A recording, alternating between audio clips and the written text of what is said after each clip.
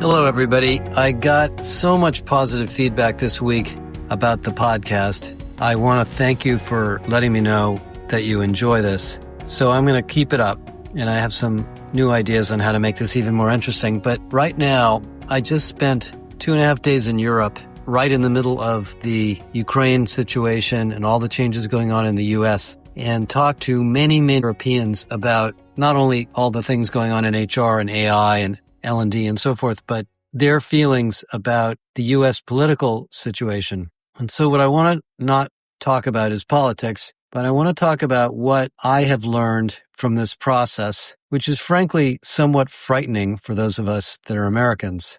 At the bottom of all of the political arguing that's going on between left and right, the DOGE layoffs in the federal government, the frustrating experience that Trump is having with Ukraine, and all of the tariff wars that are being proposed against Canada, Mexico, and other non-U.S. countries, is the one issue that I think is the most important of all, which is trust. Because what you really see when you talk to Europeans and others is this sad and sort of unhappy sense that we can no longer trust the United States system to be reliable and a continuous partner in our economies and our lives.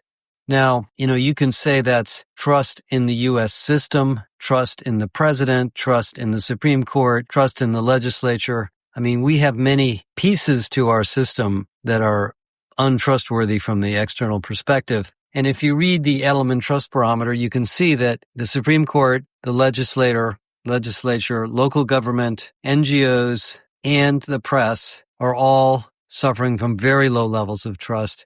And business leaders are also suffering from lower levels of trust now. So this isn't all caused by Donald Trump, although he has a lot to do with it. It's many, many aspects of our society, which may be a massive global recovery from the stress of the pandemic that we have not shaken off. But what might be happening is the reason we don't trust these institutions and these leaders is because there is a new game being played here, a new world order in a sense that we don't understand yet. But the leaders are uncertain and feel worried about their positions. And so alliances are changing and behaviors are changing, and things that we would have considered sacrosanct in our political systems simply no longer are. Now, if you think about what happens in a company, it's exactly the same situation.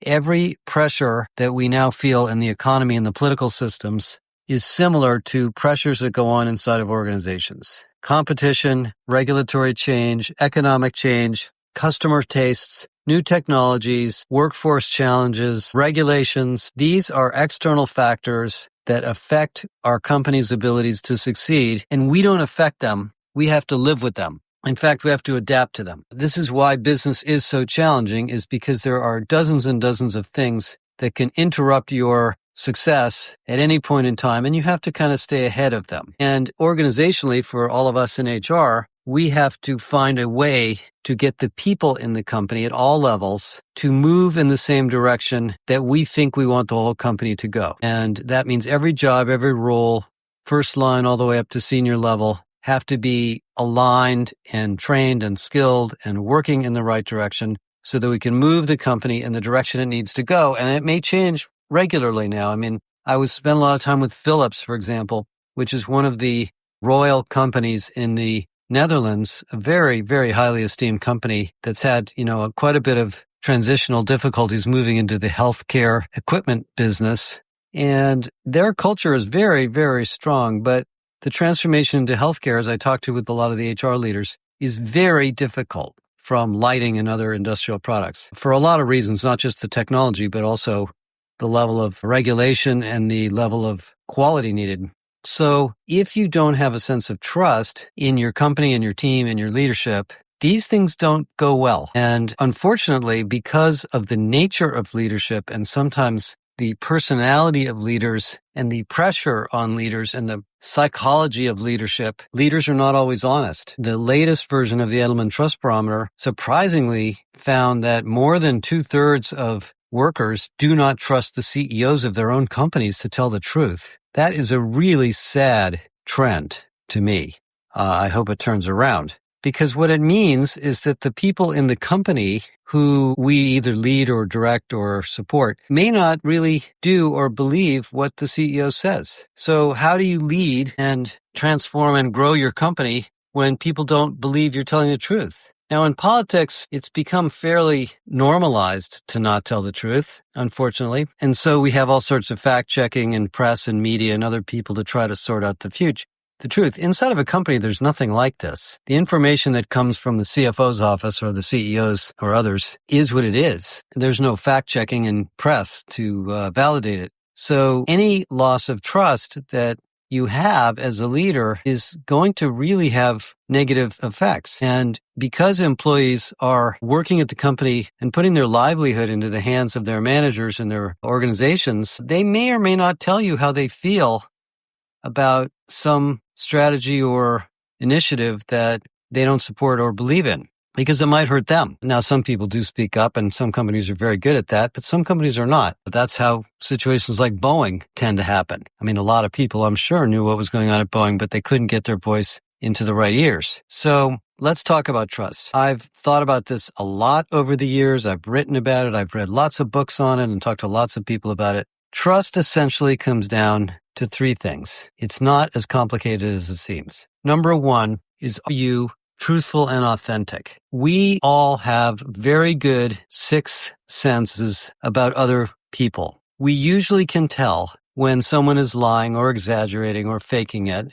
We certainly can validate when someone tells us something that turns out to be untrue later. And we tend to trust people who are themselves. I mean, there are some people that are good actors, and obviously, Hollywood's filled with people like that, but most of us are not. Most of us are pretty transparent. And when we communicate or talk or meet people in our organizations, they size us up just like they do every other person in their life. And they come to a quick conclusion about, is this leader someone I would follow? Is this leader someone I respect? Is this leader someone who I believe in, and is this a person that I can trust? And if you decide to exaggerate or bend the truth or try to be somebody you're not, you're going to lose that first element of trust. And that's why all these silly articles are being written about Mark Zuckerberg and other leaders pretending to be cage fighters or whatever it is they're doing, not because people care that much about their personal lives, but it affects their reliability as a leader and their level of trust. So I personally have found in my business career and the many companies I've talked to that the most authentic people are usually the most successful because they know what their limitations are. They're not trying to hide them. They're not trying to be someone they're not. And people will follow them because they trust them. So that is not as easy as it sounds. Leadership is a very stressful role and sometimes very demanding and tiring and exhausting, but honesty and authenticity is number one. Number two is to have a sense of ethics and values. And this is where I think the Trump administration is failing. It is not clear, to me at least, what values they are based on. Punishing Canada and Mexico, Panama, and so forth, those are not American values, certainly the way I was raised. And I think this idea that everything is transactional and any deal that makes money for the United States is good really bothers a lot of people because it's not clear what the moral and ethical value system is in the American government right now. And in a company, this is exactly the same situation. You're going to have many, many situations regularly where a customer or a partner or a competitor or something happens that is threatening or damaging or there's a mistake and you have to recover and you have a bunch of options. And there is usually an ethical, value-based option and there is a pragmatic option. And sometimes they're not the same option. And if it gets down to somebody lying or cheating or doing something illegal, it's going to damage your company's brand. So, and my experience in my own career is that companies that are built on values, like Disney or IBM or even Boeing or Intel, companies that have fallen aside in their performance, their original values that made them what they are usually remain forever. They re-manifest themselves in new ways with new technologies and new products, but the concepts remain. For example, Philips is an innovative technology company. The question for them has been, where do they apply that culture and that value system into what markets? Not, are they an engineering culture or not? I don't think they've changed that. They've just changed where they use it. Having a set of values and living by them and using them and reminding people of them all the time, over and over and over. And by the way, being number one in your market is not a value statement. That is a performance statement. That is an outcome, not an input. So if you think your quote unquote strategy is to be the number one in the market, no, that is your business objective. You need to have a value system and a set of ethics that bring people to you and draw people to you with a sense of trust. I suppose if you're a monopolist and you own a market, you can do whatever you want. And that's maybe a little bit about what's going on in Washington right now. But that's very rare, and very, very few companies have that situation for very long. So, if you look at Apple, for example, with all the technologies they've developed over the years, they still do believe in privacy. They still do believe in security. They still do believe in personal productivity, in beauty, in deep levels of engineering. I kind of know what their values are. I can tell. And when those values are clear, your customers trust you, your employees trust you, your business partners trust you. In the world, things happen way faster. Decisions are made much more quickly. People get on board and the company performs better.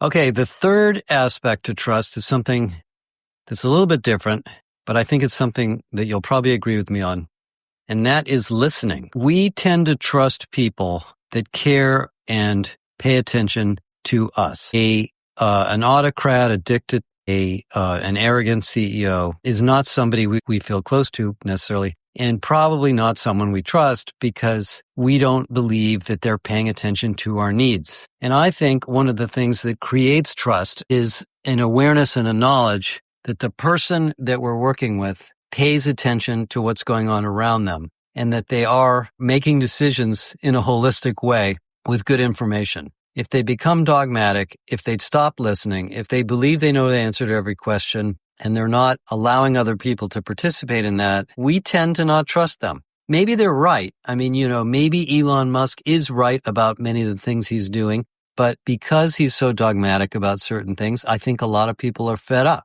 And that's true in the business world too. And so great leaders that I've met over the years listen a lot more than they talk. In fact, one of the things I've noticed as I've evolved in my career and had the opportunity to work with more senior people is some of the most powerful senior executives that I've met over the years are actually not people who talk a lot. They're people who listen a lot. And I think the way they operate is not only through communication and inspiration and strategy and motivation and all that, but they try to assimilate situations completely before they make a decision. And so this idea of listening is massive because in a company, it's very hard in politics because there's so many different voices, but in a company, you have frontline people, you have staff people, you have mid-level managers, you have so many sources, obviously direct customer input, stakeholders, partners. You have so many sources of information about your organization and your business that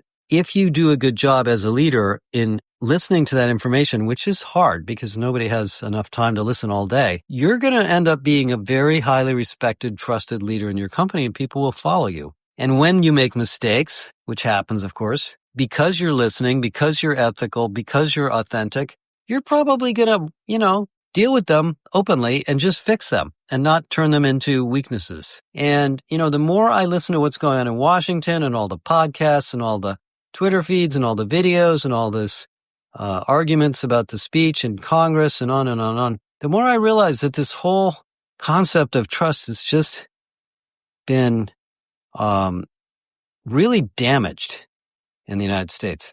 And when I meet with all these people in Europe, many of whom I've known for years and years and years, they seem somewhat saddened by the situation that's happened in the United States. Because they do trust the American people, but they don't necessarily trust the American system. And that's true in our companies too. You guys know this. I believe that everybody in your company is intending to do exactly the right thing and work as hard as they possibly can. But they need to be trained, they need alignment, they need support, they need direction, they need tools, education skills, etc. They need to be treated fairly. Those sort of existential trust-related things are central and core to your success in the transformational economy we're in today. And I think we're all going to have an opportunity to sort of talk about this and think about it because of the really interesting political environment that we're living through in this particular period of time. Okay, that's it for now. That's 20 minutes. I hope you found this interesting. I just felt like I had to get this off my chest because of what's been going on here, and we'll go back to some other tech topics in my next episode.